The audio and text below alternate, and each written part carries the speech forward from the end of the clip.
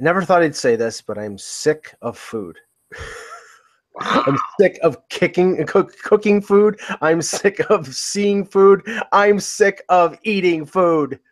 That won't last. No, it won't last until tonight. When I get on, but no, this is the thing, and anybody who cooks, and I live on my own, so I cook for myself. That's something you cook for the one person portion. When you're cooking for 7 carnivorous beasts that come over, which that's family members know this is being recorded, by the way. Oh yeah, no. I'm saying it with love and with yes, with all the love an Italian man can muster. Yes, I mean, I literally slaved over an oven and over a stove and over a microwave for like 7 hours yesterday. I was so beat, and this was not the food coma. I was so beat. I could barely eat my dinner, and then I just wanted to curl up on the couch and die for about 3 hours. Yeah, we had a similar. I did a fair amount. I didn't do all of it. Although I will say proudly, we didn't even use the microwave, not once yesterday, which is a miracle in this house. So it went well, and we had some. I have to say the best thing we ate. We didn't even make, we bought, and it was a cheese and horseradish dip, and it was great. It was from Trader Joe. It was good one. Yeah, guys. Sushi says it. That's the Trader Joe one. That one, I've had that for parties. That's awesome. It's really good. Yeah, I didn't make it this year, but the dip that I make for parties, it's a vegetable dip that can be used for chip dip. It's feta garlic dip. It's feta and cream cheese and chopped up garlic and some pepper, and you mix it all up, and it's just phenomenal. I mean, I'm addicted to it. That's why I didn't make it. But yeah, it's just so, okay. Enough about food. By the way, I watched about 3 seconds of the NFL games, and I did not feel bad about it. Really, I would say I watched 6-7 minutes of the Detroit game because I never felt like Detroit ever had a chance, which is typical in every Thanksgiving. Like if you're a Lions fan, no offense, Kevin Allen, because we know you are, there's no way you could ever wake up on Thanksgiving morning and think this is going to be a great day. We're going to win a football game. Like you just can't. Well, that's the reaction for every day when you're a Bills fan. You just expect them to break your heart. And the Cowboys have sunk now to the depths. Like this is the depths for the Cowboys. Did they lose to the Chargers? They didn't just lose. They couldn't do anything. Wow. The Giants fans aren't feeling much better. So Eagles fan, just like yeah, the Giants didn't do much better. So Oh God. Anyway, hello, Hockey World. Today is Black Friday, November 24th, 2017. I'm Anthony Majoni, senior writer from Center Ice Philly Magazine. I'm Russ Cohen from Sportsology. And I'm Ebenezer Scrooge, a.k.a. Michael Agello, and this is the Hockey Buzzcast here on HockeyBuzz.com. There were no games yesterday, so we're going to talk about the league in general and look at the standings at basically what's the quarter pole of the season. There was unusually a trade on Thanksgiving. I think shouldn't there be like a 1-day moratorium, even though it's not Thanksgiving in Canada. It was a Canadian team that made the deal, and a guy. A veteran third, fourth line player in Torrey Mitchell getting sent from the Canadians to the Kings for a conditional pick. I think it was a 5th that can go up to a 4th. Yeah, mm-hmm. Yeah, but Anthony, I look at this deal and like with where Montreal is right now, and Carey Price is supposedly going to come back tomorrow playing against Buffalo. But looking at where the Canadians are now, looking at the talk that's starting to percolate, like in Hockey Night in Canada, I think it was Elliot Friedman was reporting that there's some consideration for the Canadians maybe going in the direction of retooling or rebuilding. This is a move where you're moving a veteran guy who could help you in a depth role. Mm-hmm. You move him out for a draft pick, and maybe you're going to give more of a look to a McCarron or a Delarose or somebody in your system. So it's sort of maybe an indicator of that mindset coming about. I think it's a case of, it's that, and it's also general managers like to send messages in varying ways, and I think sometimes when you move off a veteran player who doesn't exactly turn the needle, but is a guy that could very well have somewhat of a a leadership role in the locker room, it sends a message to the players. That being said, I mean, the Canadians, all they have to do is look at how their results have come out for them to know that this was going to be coming. It's just small increments, and in this circumstance, that's what is happening here. I mean, Mitchell basically, for a team like LA, fits in, pretty much perfectly. Of course, he costs Brooks like his position, obviously, with the Kings. I mean, did we really think that was going to last? Exactly. No, I'm just saying, I know that. But it's just like, but you knew, at this point now, Brooks like that's where things are. But again, in my view, this is, Bergevin sending an initial message and opening obviously a spot, as you said, for a young player to potentially take a role, a bigger bite there. But, I think Brooks thought he was pretty safe until Carter was coming back, and I think it's January or February. Yeah.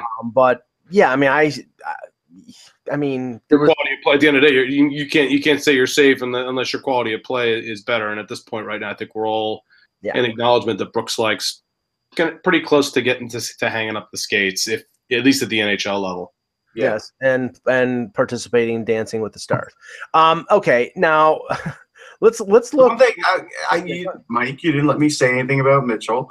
The one thing I'll say about Mitchell is when he going to a team in that division is the one move that makes sense, because he's used to playing against the Kings and not the Kings, but the Sharks and everybody else there. So I could see why the Kings got him, and again, Light was just going to be a plug. And it seems like I'm hearing rumblings about Gabrick. I mean, do we have a timeline on him yet? I'm going to look it up well, I mean, the timeline is infinity. I mean, I've heard speculation he's never going to play again, and that they were going to put him on LTIR. But then you hear something like, this week. See, he's going to possibly make the season debut this week. Yeah, I mean, we'll see how long that lasts. I mean, it's been what, over a calendar year since he's played. Wait. So you're saying this debut is going to be like the debut for Heaven's Gate? Like, what are you saying?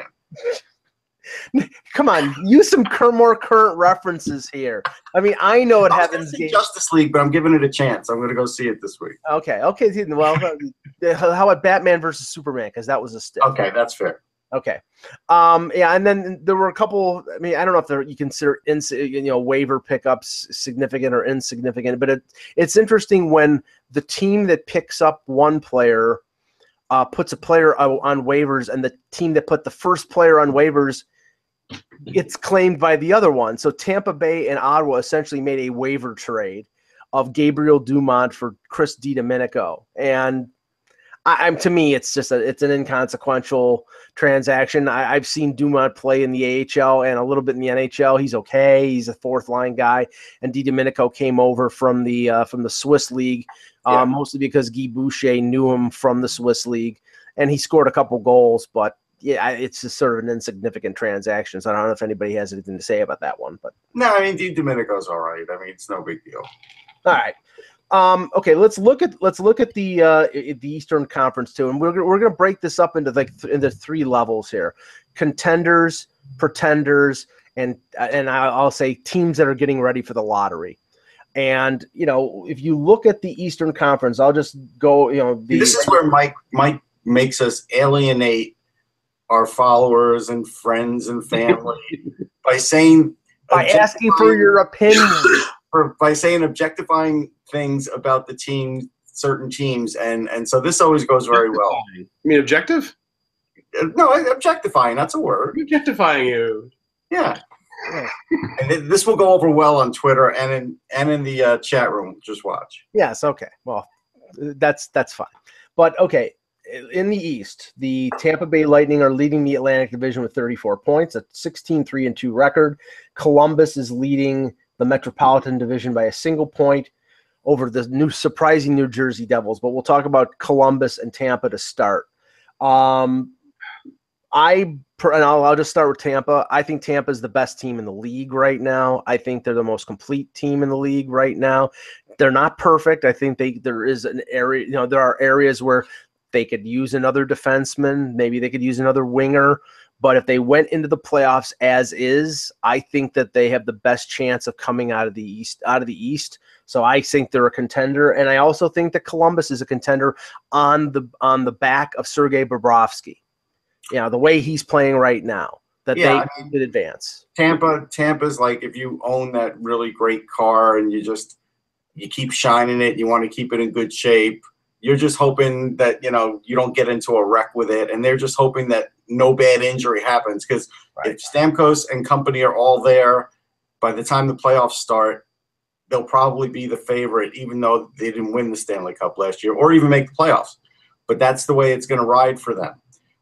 For Columbus, it does ride on Bob, but there's a lot more going on there now, too. We had Jarmo Kekalainen on our show this past weekend for Sirius, and they have what probably doesn't get talked about enough there is the nice situation they have with Lake Erie and the team, in the sense that players now, when they go to Lake Erie, they know that they're not stuck there forever. Like, there are some organizations, you're in that AHL environment and there's almost no chance you're getting called up this year. But Columbus is one of these teams that really does reward their players, and it doesn't matter. It could be beginning season, mid-season, three-quarter mark, and guys will get called up for short stints sometimes, and just to sort of, and if they're playing great, they'll keep them there. And that's something that's really, I think, helped them. And really, that's something I think Tortorella, we got to give him a little credit for, because he's been able to work in a lot of different guys.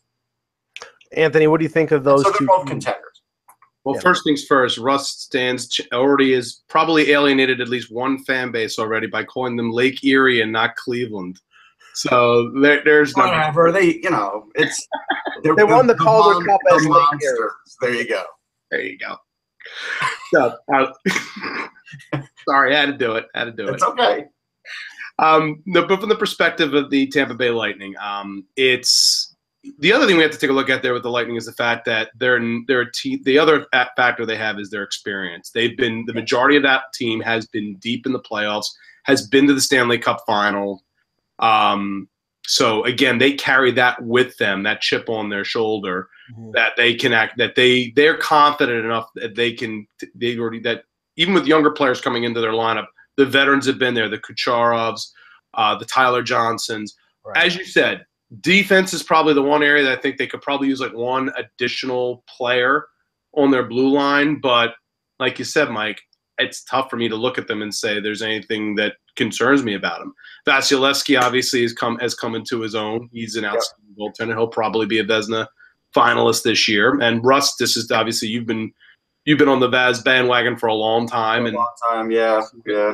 So it's a really impressive roster, and I mean, weird things happen in the playoffs, but they look like they've got all the motivation in the world. It would be a genuine shock if they probably aren't representing the Eastern Conference in the finals.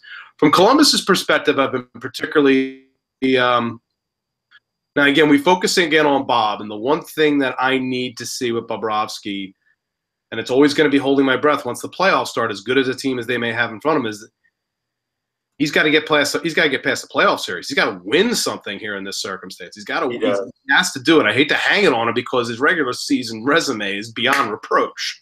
Right. I mean, he's unquestionably one of the best goaltenders of this past decade, but he's got to do that. And, the rest of their lineup, again, is, really – they could probably still use maybe a centerman.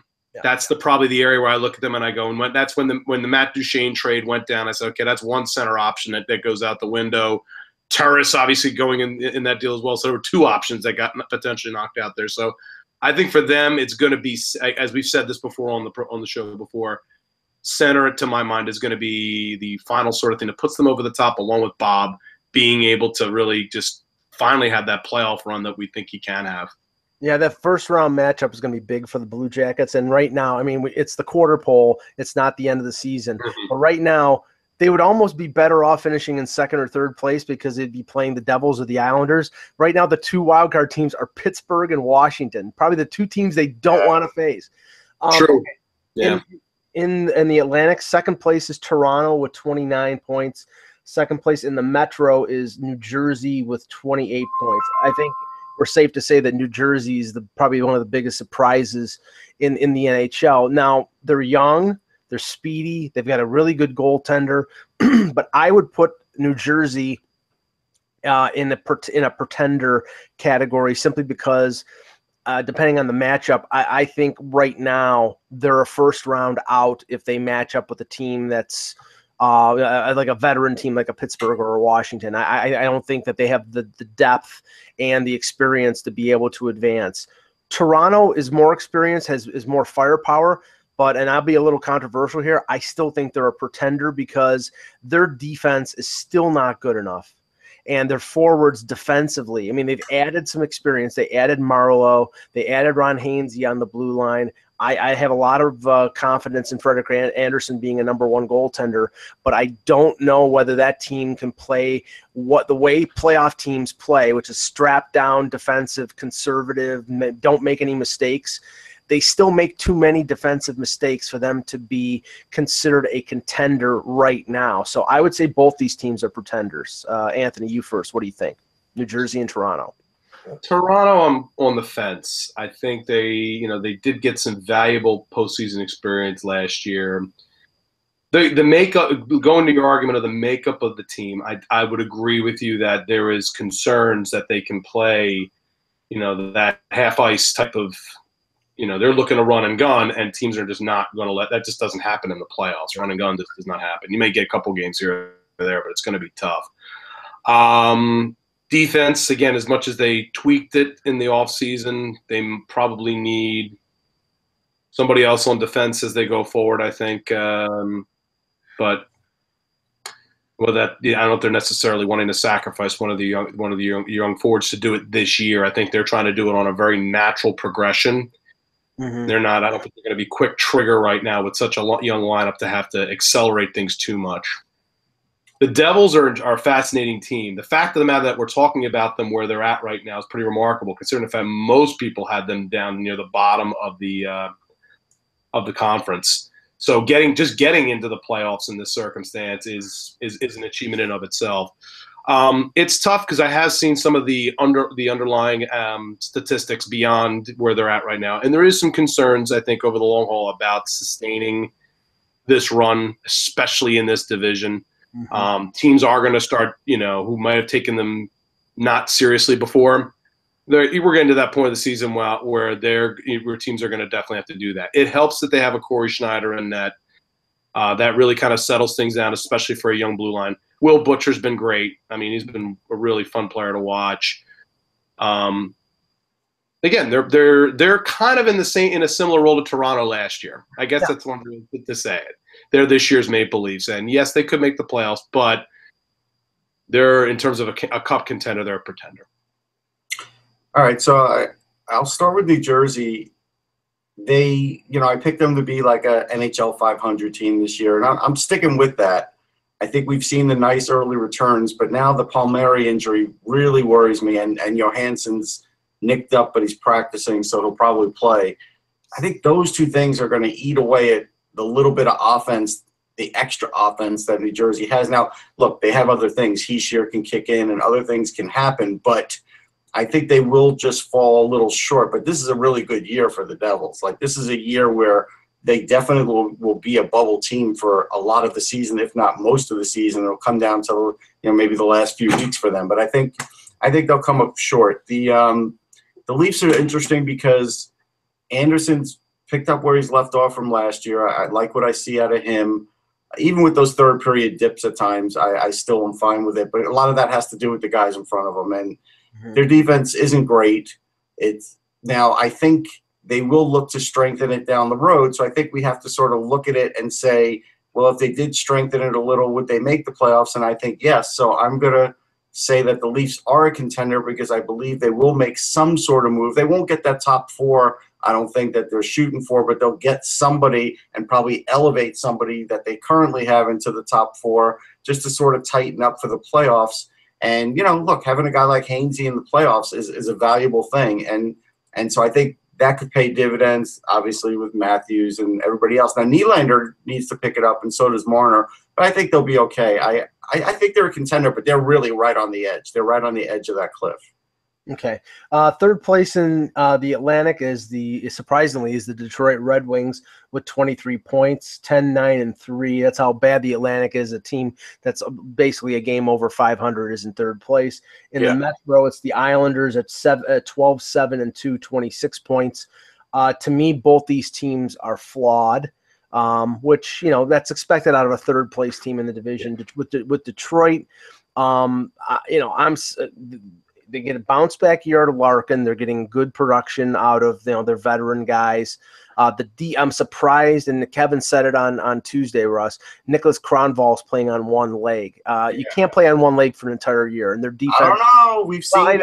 I know, but I thought their defense was an Achilles heel. Bringing in Trevor Daley was, he's apparently playing effectively now. But when Danny DeKeyser is your best defenseman, I don't know whether that's an area you can consider a strength. And Jimmy Howard is having a great year so far, but I've never trusted Jimmy Howard. With the Islanders, Tavares is playing great. He's on a salary run. I think he's setting up the case in case he can't sign or doesn't sign in Brooklyn. And, he's setting himself up for $12 million a year as a UFA in next July. And they're getting production out of Bailey and Barzal, and their defense is pretty good. But I come down to the goaltending with the Islanders, which has always been the case. They don't have a number one goaltender, and I don't think Grice or I don't think Halak can lead them on a deep run. So I think both of these are pretenders. Russ, you first. All right, so we'll start with Detroit. I think the most not talked about guy in Detroit is Mike Green. He is only 32. He has 17 points in 22 games. He has been a big reason why they are doing well. And he's not horrible on defense anymore. He was never great. He was horrible at one time, and now I think he's okay. All that said, yeah, you are putting a lot of the eggs in the Jimmy Howard basket, which at times I'm okay with. I mean, I don't dislike him as much as Mike does. I've seen good things. Well, it's true. You have. It's just the way. I don't trust him. I don't think he's a good goaltender. Not that I don't like him. I've seen not personally, but as a goalie, I've seen some good things at Howard and some really good runs, and I've seen him lead that team, and they do have a belief in him more than Mrazek at this point. Clearly, we don't. Mrazek's everything that was good about him is worn off on that team. I'm still going to call them a pretender because I think they'll come up short, but they're doing better than we all thought. And I think they'll be hanging around a while. The Islanders are interesting because I picked them not to make the playoffs. I'm still going to pick them to not make the playoffs, even with them doing as well as they are right now. Because, look, right now the most underrated guy in the NHL is Josh Bailey. I mean, again, he beat the Flyers the other day on an overtime goal. He's got more points than Tavares, or at least he did last time I looked. He is on a salary run of his own that right now is not being talked about or even looked at. And their offense has been gangbusters, and you got to think at some point that's going to slow down a bit. Their defense is good. Is it lockdown good? No, because I've seen – we talked about this when the deal was signed with Boychuk, and you could see the treads going not great on those tires right now. The offense is down, and his defense is okay, but Leddy has turned into really a great defenseman. Like, he probably doesn't get talked about enough. The goaltending's not great. I mean, and they don't know who their number one is. I mean, I know that the chat room, there's Islander fans in there, but they can't tell me who the number one is because I don't think Doug Waite knows who his number one is. So I'm still going to call them both pretenders. We'll start with the Islanders first in this circumstance. Yeah, I that's the biggest concern. The goaltending is, to me, the biggest concern for the Islanders. Grice is just so up and down, and more downs and ups in a lot of circumstances, but not huge fan of his in terms of being a lockdown star. I'm curious to see if the Islanders actually attempt to go and acquire a goaltender before the deadline to try to solidify things there, if they think they're going to be able to they're going to attempt a deeper run. The defense, again, I would agree. Good elements, a lot of good elements, I think, on that blue line. But that's a defense that can be solved. I think that's a defense that a real good team can break over time. So that to me is going to be a tough calling card for him. Bailey's been remarkable. I mean, Bailey, anybody's had any question about Josh Bailey, I mean, he had a great year last year too. So at this point now, he's definitely coming to his own. He's the legitimate Robin to Tavares' Batman right now for the Islanders. Is the best way I can describe the two of them. And as Russ mentioned, took it right out of my mouth, Nick Leddy. Leddy's been, again, with Boychuk beginning to fade a bit.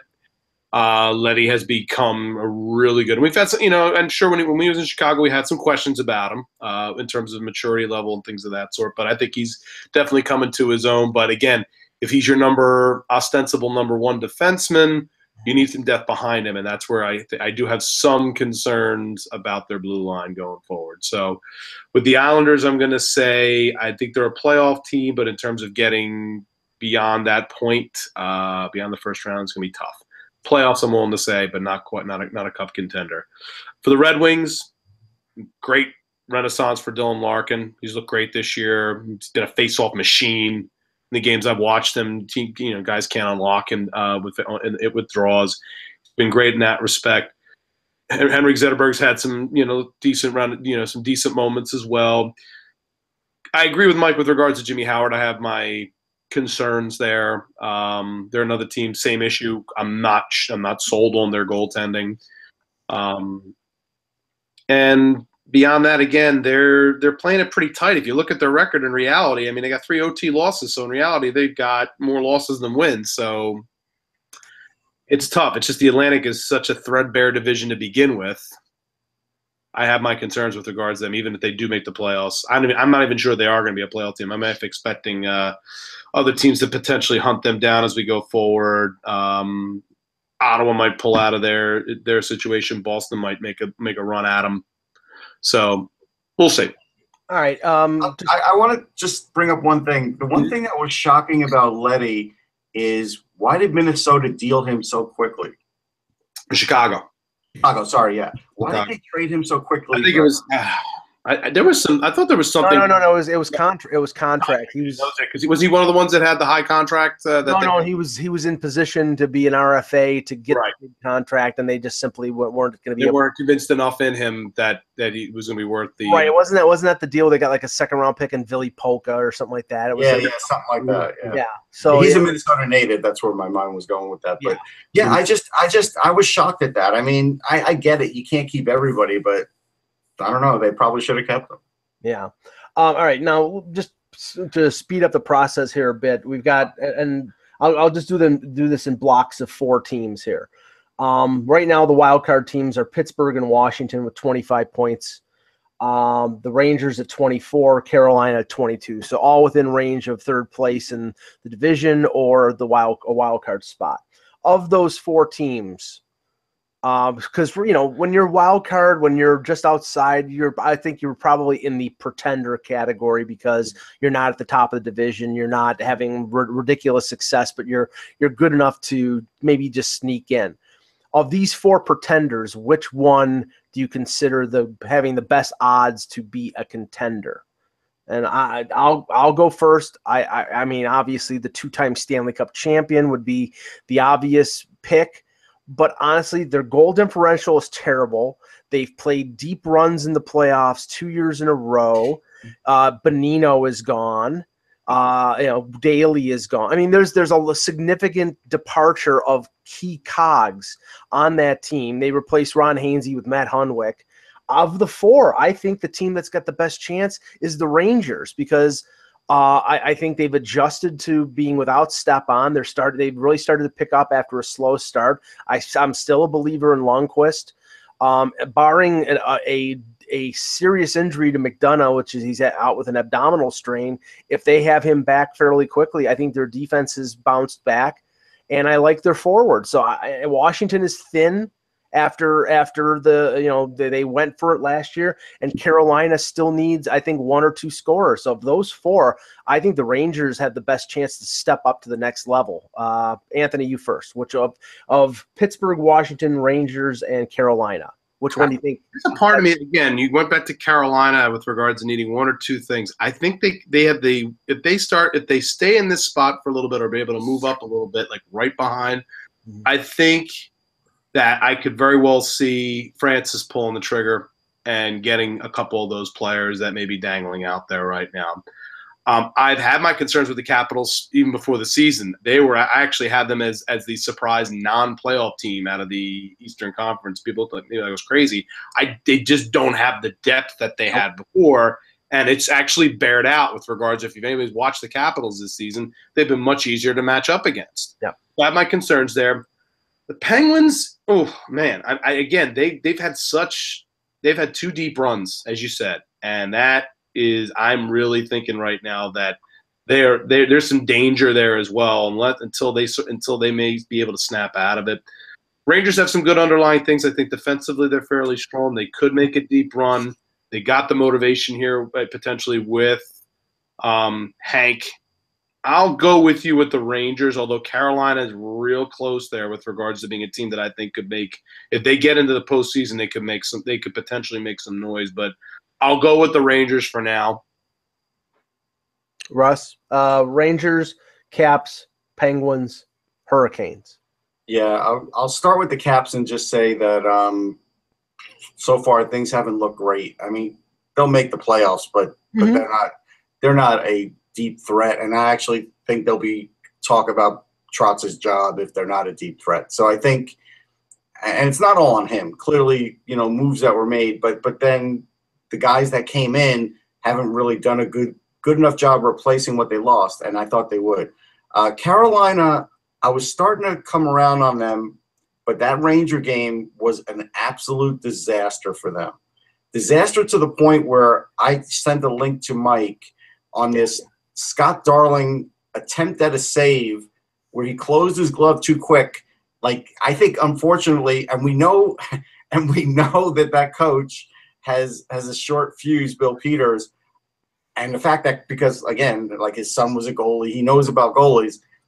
I think Darling's days are numbered already. Cam Ward starting tonight versus Toronto. Yeah. And that's what, and I was gonna just say, Martin Gerber had to step in. Cam Ward had to step in for Martin Gerber. Now Cam Ward is going to step in for him a lot of years later. I don't think it's enough, but it'll make them a little better.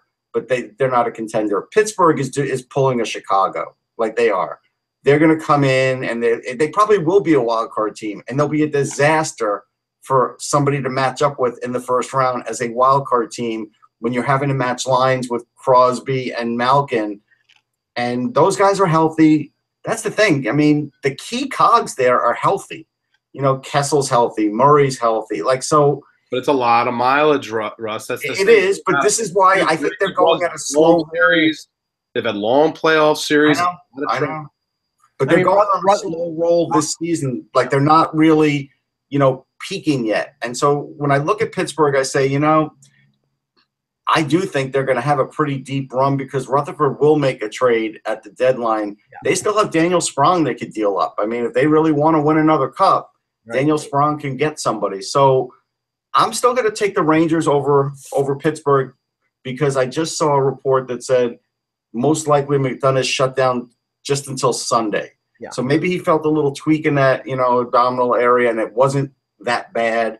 We know, look, players with core injuries these days, it's all over the NHL. And it's not about not being in shape. It's really about just the use of the position. And defensemen are really subjected to it for sure because it's just such a hard position. But if McDonough's not out for a long time, right now they're surviving without him, which is surprising me because they had to put Smith and Camphor in at the same time, and it's working out. Their offense has been really good. Ever since Buchnevich went to the top line, he's been really good. Rick Nash is Rick Nash. I mean, I'm probably never going to talk about him again the rest of the season. He's picked it up a little bit, but it is what it is, right? It's just we know where it's at with him.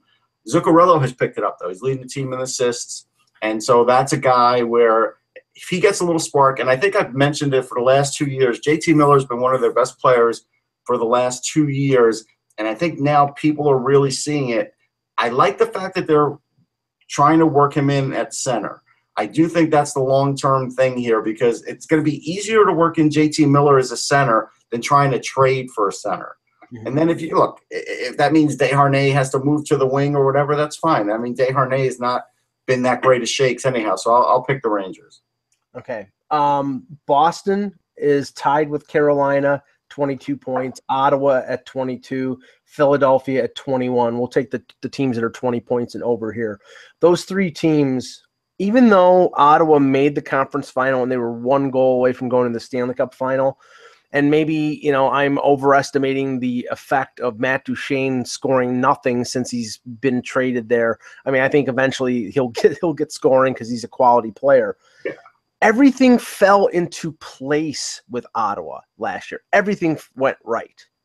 And I'm not a believer that happens 2 years in a row. So of those three teams, the one I think that has the best chance, because they've sort of weathered the storm, or so far have weathered the storm of serious injury, is Boston. I mean, they're without Backes, they're without Krejci, they've been without Marchand for a time, they were without Rask for a time, and they're still sort of hanging around a couple points out of a wild card spot. They get those players back in the next week or two, which I think with Krejci it's that close, and with a couple others it's that close. I think Backes is out for a little while longer. Yeah. I think they can get into the playoffs and make it tough on somebody. I don't know if they can put them in the level of contender, but I have them ahead of Ottawa. Anthony, what do you think about Boston, Ottawa, and Philly? It's an interesting grouping of teams, certainly. Start with Boston, as I stated earlier. I think Boston, as you stated, they're weathering their injury storm pretty well right now. And as long as they continue to hang around, they're going to be a tough team to deal with. Again, Rask, as you said, I don't know if he's an elite goaltender anymore, but he has those games where he's substantially can do things for you. The Sens, I'm going to be really curious about. They get Duchene brought in. Hasn't done a lot, but a lot of people, observers who've watched Duchene, have said he's still been, even with no points, has still been pretty good for them. He just hasn't been able to click it offensively completely just yet. I have to keep them in mind because I do like the makeup of their roster. I genuinely do. I think, and especially with a Carlson, you're always going to be in it. I think it's a pretty good team for this year. So I do think they have a chance. Philly, they're the biggest for me. Certainly covering the team. They're confounding because they started the season looking very good. They were but as time has gone on, they become easier to match up with. They were top line. They're very top line heavy. As good as that top line has been, teams now know that they shut them down and are basically daring the other lines to actually do something. So in this circumstance, Philly's going to have to begin to kick things into overdrive. I mean, I believe they were a +9 at a certain point on goal differential. Now they're a -4. That's very concerning overall. Brian Elliott's been actually pretty good for them. Elliott would have been one of my major concerns going into the season. He's actually been pretty good. But of the three in that grouping, at least right now, and again, it's only a point difference between them, it's tough for me to say. Philly, I think, has capability. They probably have the best young talent of any of the three long term, but they're going to be hard-pressed to make a run. They have to make a run soon between now and Christmas. They have to make a move up the ladder, or else they're really going to be in a hole. So I'm going to say Ottawa for now, but with caveats. Russ, Boston, Ottawa, Philadelphia. Which one do you think? I'll start with Philly and just say that, Elliott has been on a real good roll here and definitely better than what I projected for him too. So that's been a positive. Their defense is really NHL average at best. And Shane Gostisbehere at times has had these bad regression games that does worry me. Those are the two biggest things that worry me about the team. And so I don't think they're quite there yet. So I don't think it's Philly.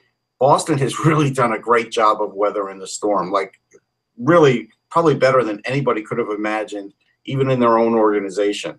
The problem with Boston, I think, will be even when they get everybody back, guys like Bergeron, he's been playing heavy minutes. And, I just at some point he's going to just be a little less effective in the playoffs. He'll play, but, there's too many older guys there. And we are seeing a real trend in their fan base where there's all this Khudobin love and Rask discontent. And yeah, that's like the number one quarterback, the backup quarterback. That's that kind of. But it can sometimes affect the team because right now you can't take Khudobin out of net. Yeah, but they were ready. They were ready to run Khudobin out of Boston with pitchforks and doesn't matter. Different year. So I think this is going to be a problem for Boston, and so I'm going to go with Ottawa for a couple of reasons. The biggest reason is they're loaded with prospects, and since they are sort of a now team, it wouldn't shock me if they trade another blue chip prospect to get what they need for the run. Mm-hmm. And that's what they've been able to do the last couple of years. And Carlson's really been tremendous. I mean, this guy, 2 or 3 years ago, Anthony will remember when I was sending out tweets from a Flyers game saying, look, this is how Erik Karlsson plays defense. It's different than what you expect, but it's really good because he has the puck and nobody else does. And people were killing me. There was so much Erik Karlsson hate. And, now it's like we're watching a guy, and I think we were always watching a guy that's really not only a generational defenseman, but really like offensive to the point where, like Brian Leetch was, where Leetch actually led a league in scoring. It wouldn't shock me one year if Erik Karlsson leads the league in scoring. Yeah. I think he could do it one year if everything clicks right. So I look at them, and Anderson's playing well enough. And look, that run's going to end with Anderson at some point. We know that. So I look at him, and Colin Wilson will come back, and Colin Wilson will eventually do something for them. And they've been playing without him right now. And I think that's another addition. So I think with the additions they can make, Ottawa will be a contender. Well, just to be brief on these three teams, because I want to get to the West, and Buffalo is at the bottom of I believe they're at the bottom of the NHL right now. Yeah, no, Arizona's at 13 points, Buffalo's at 14. There are 18-wheel trucks heading into Western New York on the New York State Thruway with TNT ready to blow up this team, because that's where this team is going. I mean, they're not going to trade Eichel, they're not going to trade Ristolainen, but I think that guys like Evander Kane and a few other players are going to get moved, because you're not going to fire a GM and you're not going to fire a first-year head coach. And there is a problem with this organization because they just can't seem to win, and their defense always seems to get hurt. So I think there's going to be some significant roster change with the Sabres the rest of the year. But they're so far out of it, I don't think they can climb back in. I'm not sure that Florida can either, even though they're 5 points out of a playoff spot. They did look better in a 2-1 win on Wednesday against Toronto, but the tenuous thing there is Luongo and his health. This is the team that I want to focus on, Montreal. Minus 26 goal differential, third worst in the league. That's not Carey Price being out. That's an offense that is a pop gun offense. That's what it is, which has been the problem with this team for 3 years. They cannot score, and the one trade that they make to address the scoring situation, they acquire a winger for a top prospect defenseman and then move him to center. Yeah. So my question is, would Mark Bergevin be better off to just blow up the Habs? Mm-hmm. We're getting to that critical mass moment here with this team. We are. They have insisted, I know reports are they have insisted that they are not going to move Carey Price. No, I agree with those. I don't think that's happening. I don't think they're going to, because again, within this conference, when you're 5 points overall, and 6 points back overall, I think we need at least another couple months, Mike, before they drop the ball on it. Although I do remember when Mike sent out that tweet saying that Patrick Roy would be a Canadian for life. He did do that. What are you talking about? Jeez. Alternative facts from Russell Cohen. Yeah, no, Russ has been talking to Mario Tremblay too much. No, Mike sent me a letter. And it said that. Like, that was the first line of the letter. It was in Braille. Okay, shifting to the West. Looking at the Central first. I won't do first, second, and third here. I'm going to look at the top 3 teams in the Central, because you can make a case for all 3 of these teams being in the contender category. St. Louis, surprisingly, they started the year with all those injuries, Stastny and Berglund, and they lose Fabry for the year, and Bouwmeester, who just came back now. And it didn't matter. They were getting great goaltending out of Jake Allen. Their defense has been solid. They're getting the scoring line of Shen, Tarasenko, Schwartz is possibly the only line that I think could match up with the Kucherov, Nemestikov, Stamkos line in Tampa. They have 33 points, 16, 5-1. They're a juggernaut right now. Yeah. Winnipeg, after that season opening debacle against Toronto, has been really, really good. And Connor Hellebuyck, they almost benefited from the fact that Steve Mason crapped at that in that game, because they gave Hellebuyck a chance, and he's taken the ball and run with it. And they're 13-5-3, offensively great, defensively better than expected, and getting the goaltending. And Nashville, 13-6-2. I think they were the winner in that trade, the three-way deal. They get Turris, and they just got Bonino back. And if Pekka Rinne can stay healthy and they get Ryan Ellis back in the new year, I think all three of these teams are contenders. Russ, you first. What do you think?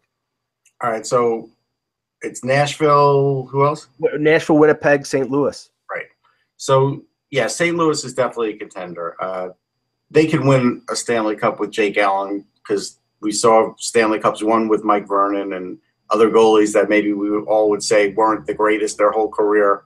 Chris Osgood, yeah. Chris Osgood was the next. He's always next on the list. So they're the real deal. Their defense has always been the real deal, and they still have guys like Barbashev that they still could throw in there at some point if they catch fire. So they have enough depth to keep them going. Nashville, I think they're fine, and I think they do have a deep run in them.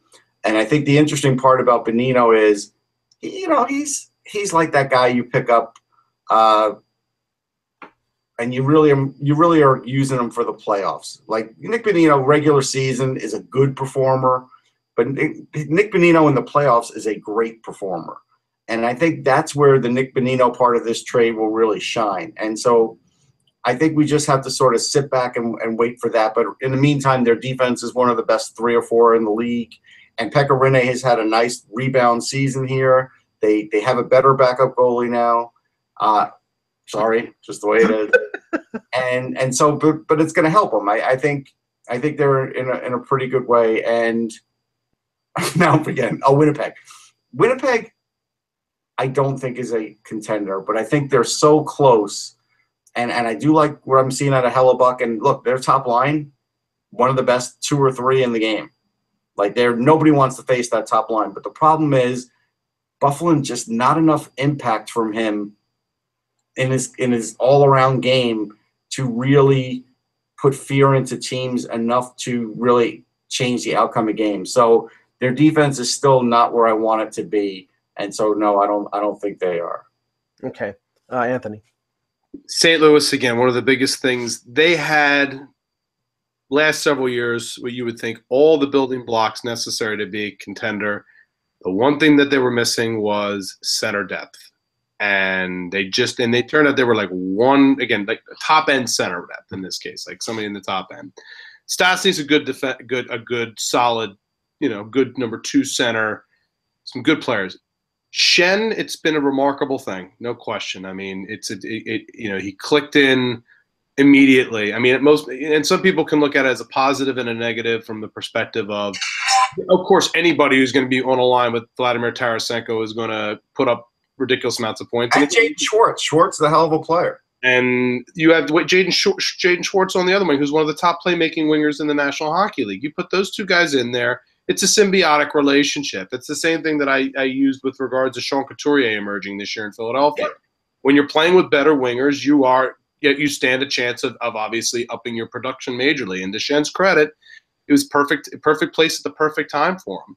And now they're a matchup nightmare for teams to deal with, because as long as Shen is rolling like this, the rest of that lineup becomes that much more difficult to deal with. You can bottle them up, but there's plenty of other guys in that lineup.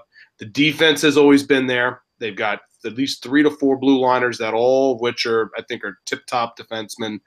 And I think Jake Allen, we can sort of poo-poo it as much as we want, but Allen's a pretty good goaltender. He's an elite goaltender. I'm not sure about that. But I think they can win a cup with him. I do. Nashville, again, to their credit, I mean, they did give up a major piece, I think, in Sam Girard. That does concern me. in terms of long term, but they already have a lot of depth defensively already. So that's one of the things where if they were going to add somebody else, they needed a center. And they basically added a center for a prospect in this case. And that makes them even tougher to deal with in the matchup. They lost the center in Mike Fisher when he retired. I think they were sort of crossing their fingers with Nick Bonino, thinking maybe he would evolve into a second-line center. That's not what he does. He's not a second-line center. Only on a really poor team would he be a second-line center. So now he goes to third-line center. Once, and now you have now they're really tough to match up with when you've got a Johansson, Turris, Bonino, and then you go to the fourth line and you have a combination, I think, of Yarncroc and Colton Sissons. That's tough. That's tough to deal with. Yeah. And the level of defensive depth that they have. Rene, I think, is a good. He's a good goaltender. They got decent backups, so I think he'll be a little bit more rested come the playoffs. Winnipeg, again, Scheifele line, fantastic, no question. I love Scheifele. But at the same time, I have my my long-term concern with them when they get into the postseason. I think they have a solid blue line. Connor Hellebuck, we've known has been right on the cusp, and I think them signing Mason, as you said, is what really kind of goose things in that direction. And you sometimes need that as a young goaltender. You need something to move you along and really move your and to know that there's somebody nipping at your heels. So I think all three of them are contenders, but high-end contenders: St. Louis and Nashville. Winnipeg, they have to have some favorable matchups, I think, in order for them to be deep. Okay, in the Pacific, and we'll do the three teams that are first, second, and third, and the two wild cards, because they're all separated by 4 points. Question is, of these 5 teams, which is the contender or the best contender? Because it's Vegas at 27, the LA Kings at 26, Calgary at 25, Vancouver at 25, and San Jose at 23. Of those 5 teams, pick one of them. Which one is the most likely to be in the contender scale, or the highest of those 5 teams that have the best chance to have playoff success? I want to say Calgary, but their differential has to improve. I have my concerns there right now. They are -2. That's something that's bridgeable. But they have top end. I think they do have enough top end talent to get a deep run in them. I like their blue line a lot. Hamannik could be sometimes a little bit better in his play, but I for the most part, again, depth wise, even just from a depth perspective, I think that's why the Hamannik trade worked. Vegas is fascinating. I mean, it's just the problem is with Vegas is that you are not sure who to match up with.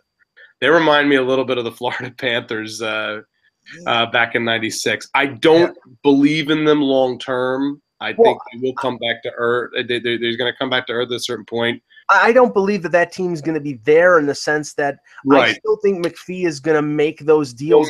I agree too. Again, unless they're smelling it, unless they're smelling it really close, and again, it's easy for us to say this in late November to think that they're going to be a contender. I completely agree with you, Mike. But if they're there January and February and they're still in the spot they're in right now, and the players are producing, it gets very, very tough for them. And love, obviously, the guy I love most probably that they acquired. I still love William Karlsson. I love that. He's we've always liked him so well.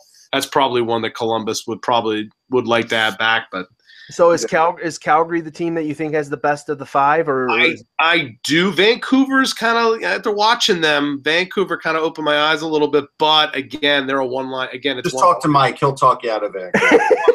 Well, that's the thing. I'm watching them going. They're like Philly in that they're one line. It's just that line is rolling really well right now. Brock Besser has made a believer out of me. I'll tell you that. Yeah, but I don't think long term. I have my concerns. San Jose. It's nice. I think it's a nice run. They've got experience. I don't know what it is about the Sharks. I just can't. I just felt like they had that one shot. Yeah. And maybe they surprised me, but I'm gonna go with LA simply because they're doing all this without Carter, Yeah. With Kopitar playing mucho minutes with a top four, now Forbert's moved up into the top four on their blue line. They've got Muzzin, Martinez, Doughty, and Forbert, a good solid top four. Quick is back; he's back to where he was, not showing any ill effects from the injury. And once they get Carter back, and they've added some speed with Kempe and some of these younger players, I think you got the experience and you've got some newer players. I think that they, I like Calgary. I love their defense, and I think Mike Smith was an upgrade in goal. But I'm a little concerned about the backup goaltending, and they waived Lack, so maybe they're going to go with Gillies now. But of the five, I think LA is the one that has the best chance to make a deep playoff run. Russ, what do you think? No, I'm going to go Calgary. Okay. Look, Vegas has that home record thing. I think that'll fail at some point.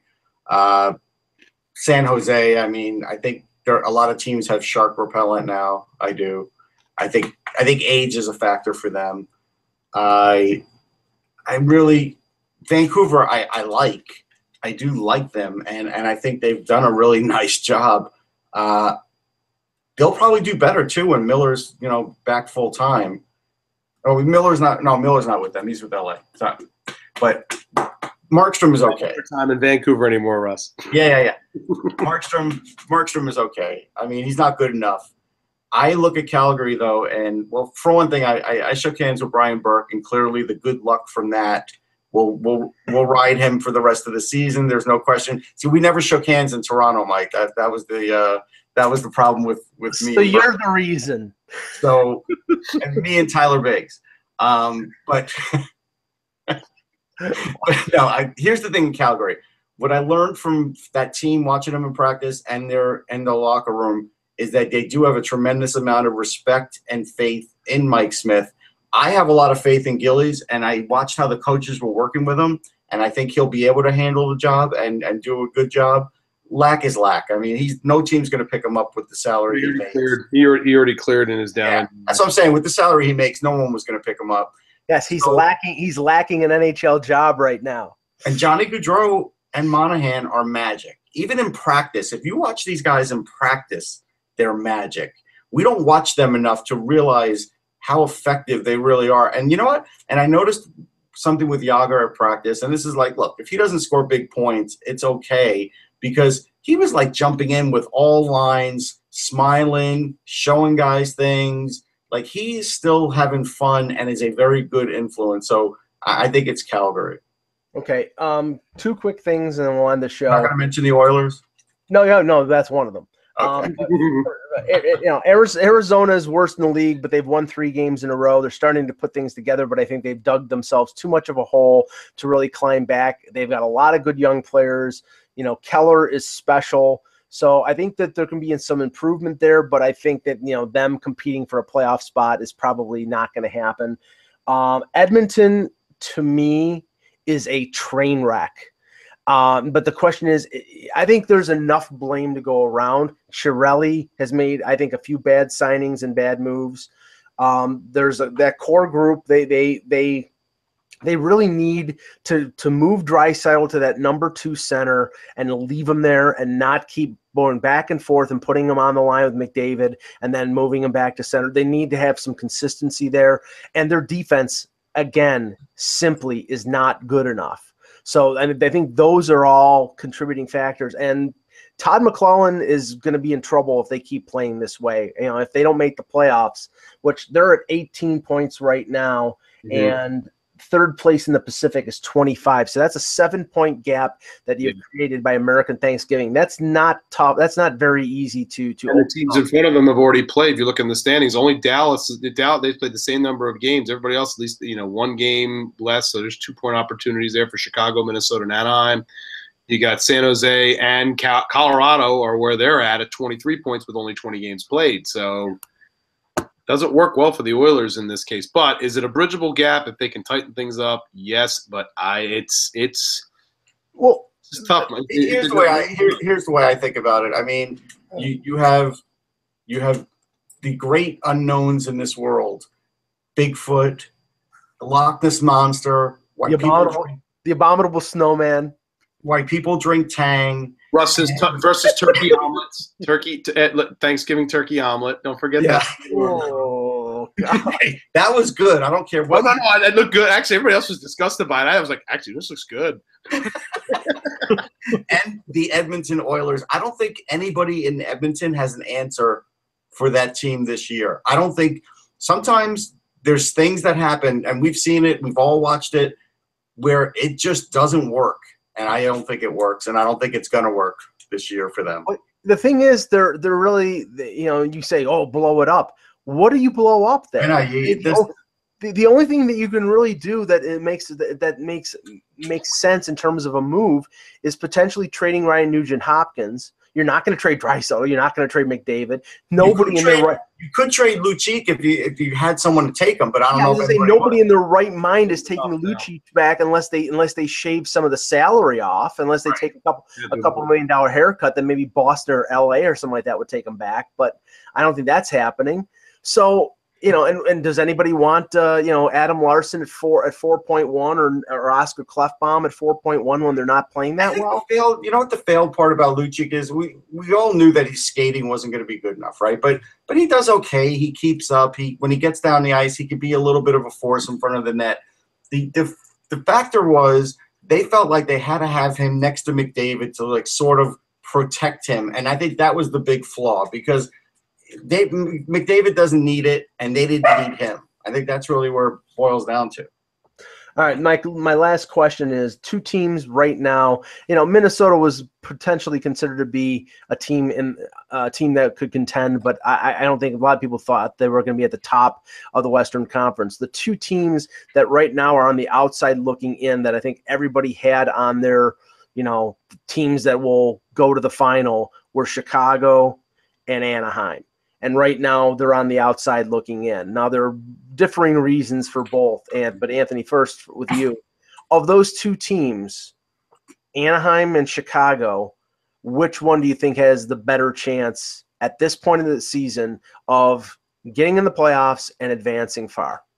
That's kind of a coin flip between the two of them right now because, again, I saw Chicago when they played in Philadelphia, and they were a team that played – they're slow.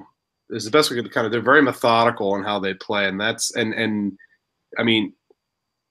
my biggest concern for them. They've played better of late. I know they got a +7 differential, so they've played better since that game.